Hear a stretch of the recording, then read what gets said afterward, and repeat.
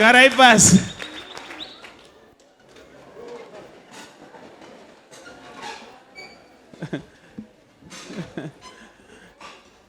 Inini manje chinondilakidza chinhuwani. Unenge wambozviitirei? Alright. Makadi mama? Ndiripo makadiwo prophet. Mera yenyi papo. Mawaya nani? Ndauya nemuroora wangu. Munenge mambozviitirei?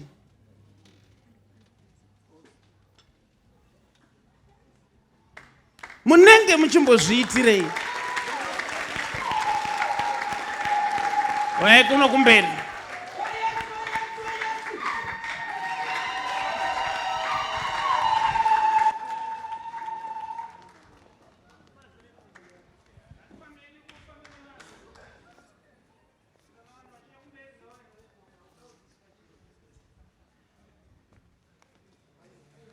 Ndoda kuti mundibatsire ndibobvunza mubvunzo. Kana ndikakusimudza ukaramba wakagara pasi, unenge wazovingei? Tiregererewo prophet. Ichokwadi asi kuti ndakapindwa nekutya.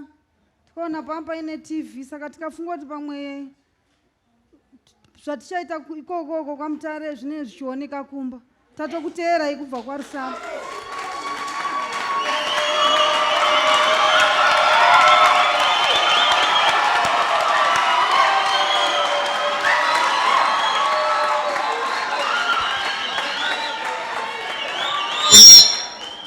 I'm not happy.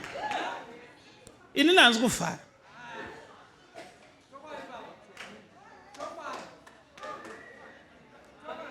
Saka imimi kana makatya TV chazoita kuti muteere kuno chi? Profeti mwana mukomana ndiye akanditi mama endai kwaMutare padhuze nekwaRusapi. Muende nekuti mwana wenyu ari kupi? Mwana wangu ari kuSouth Africa.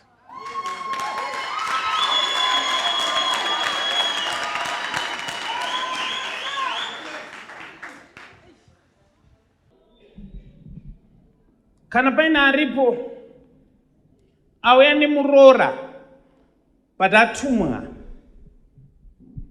nemwana wake ari kuSouth ngawe.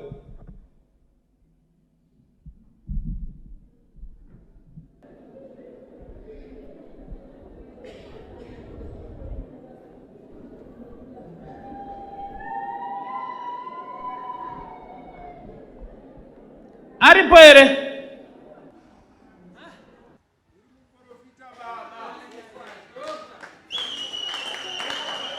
I'm not convinced. Toda kuti ndibonyatsopedza shungu dzangu. Saka imimi pandakakushedzai mukaramba makagara, hana yenyu haina kurova here? Tiregererewo munhu waMwari chokwadi. Hana yangu yakarova nekuti TV yandaona ndo yandakatya. Ndiregererewo munhu waMwari. Ndakafunga kuti kana kumba zvinenge zvichitooneka paTV yemumba. Ndiregererewo munhu waMwari ndokumbira rureke. Screen ranga riri kumadziro ndo ravaitya. Chokwadi munhu waMwari. Chokwadi munhu waMwari. Imi mama makagara kupi? Tatakagara mutendi munhu waMwari. Makatopinda tendi yataiva tiri makunamatira vanhu. Tiregererewo munhu waMwari. Makasvika mukatidarika nemuroora wangu hamuna kutinamatira munhu waMwari. Tiregerereiwo. Mamutorimo mutendi? Ichokwadi taiva. Ndichinamatira vanhu? Ichokwadi munhu waMwari. Ndobva ndaita sei pamuri?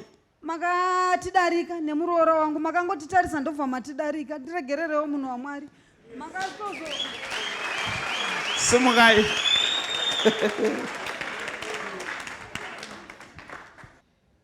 Now listen to me now. Ndamboda kuita kakubatikana, but I think kuti hanzi takafunga kuti tobuda paTV bva vatogara pasi. Saka kuno kwarifunga kuti vabude pai. Gaiti vabatsire.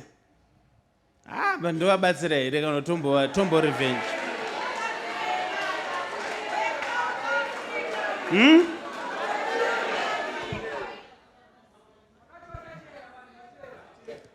Ndakati vachatera.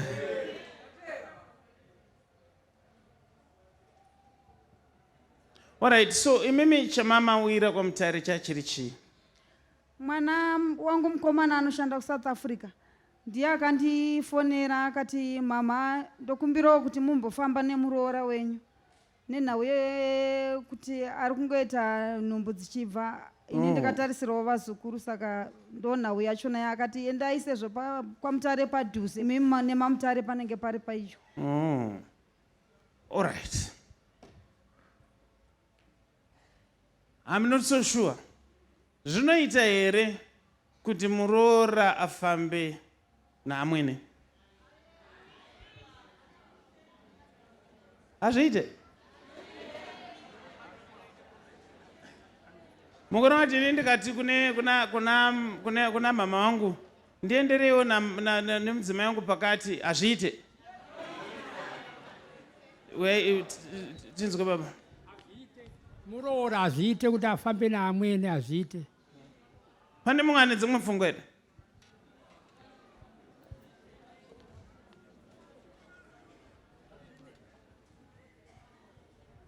Mafungiro enyu?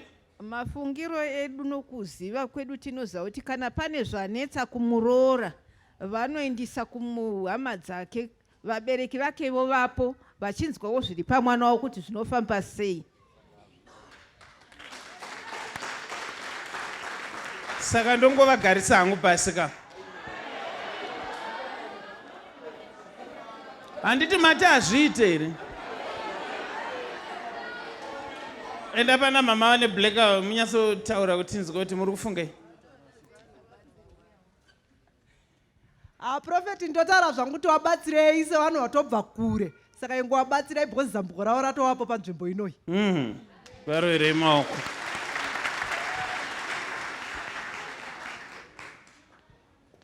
Asi vanhu vanochinja zvokuti vakandiwachisa kwamutare uku vakaramba kuuya matokanganwa. Munoisa kuti vabatsirei.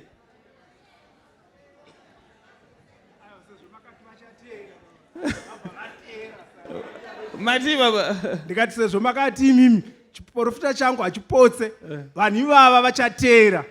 Vabva vateera nhasi mushure medu chaiko. All right. Zviri trick, but regai ndikubatsirei. Somehow pamakavhunduka maTV zvainetsa nokuti mune mwana wevanhu ka. Asi nhai makoti wakasununguka here kuti tikubatsire kuti uite vana? Chokwadi ndakasununguka profeti. Okay. Abvuma kamuroora. Wamanikidzwa here kuuya? Andina. Moyo wako akatosununguka? Muroere maoko.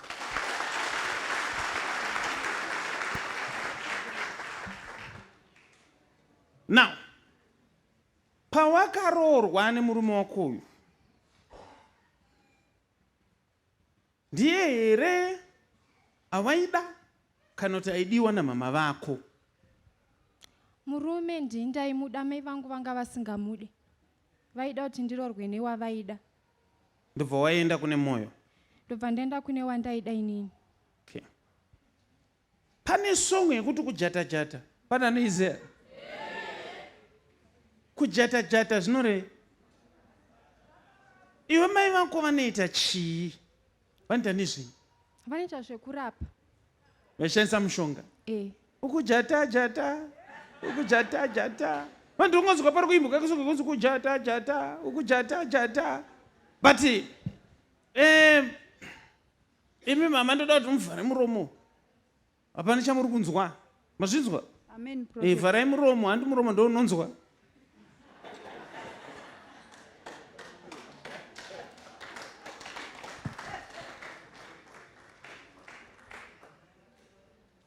So mwanangu zviri kuitika ndezvekuti iwe mama vako vakakuudza kuti kwawaenda uko wakanganisa. She was so angry. Am I correct? Chokwadi. Saka ndiri kunzi mama vako vakatsamwa nokuti wakaroorwa nemunhu wawainaye wakaramba kwavaida kuti uende. Saka mama vako ndivo vakagadzira kuti iwe utadze kuita vana. Kana watadza kuita vana worambwa wodzoka. You understand?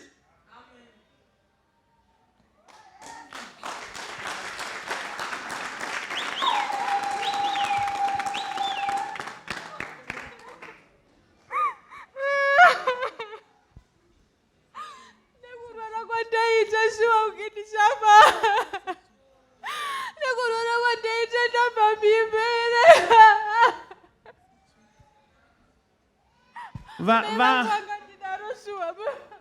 I understand your pain, mwanangu. I understand your pain. Now hizo zimama vabhizi kuzvifunga kuti saka zvazvabuda zvakadai ndonoudzani. Vabhizi kuregreta kuti ko ini chandanga ndichaperekedzerawo muroora chii.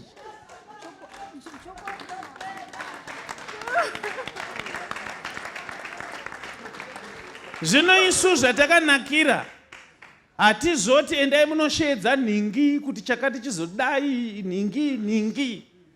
Zvinogona kutoitikira pano, zvigoperera pano, munoita vana pasina amboudzwa, pasina taurirwa. Ndimire pamberi paJehovha ndadeclare matwins nezita raJesu. Matwins nezita raJesu. Kana ukatadza kuita matwins, I will resign from being a prophet of God.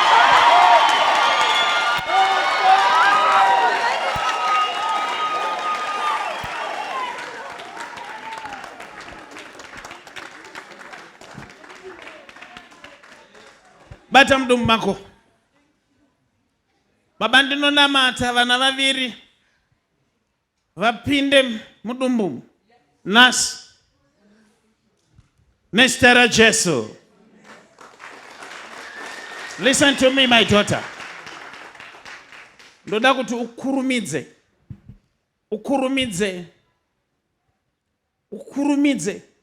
kuita vana. Usamirire kuti murume adzoke ndinda kuti enda South iko. Zvanaka. Mafara ere mama? Chokwadi munhu waMwari ndafara. Mafara ere? Ndafara munhu waMwari. Zvakanaka, endai munogara pasi.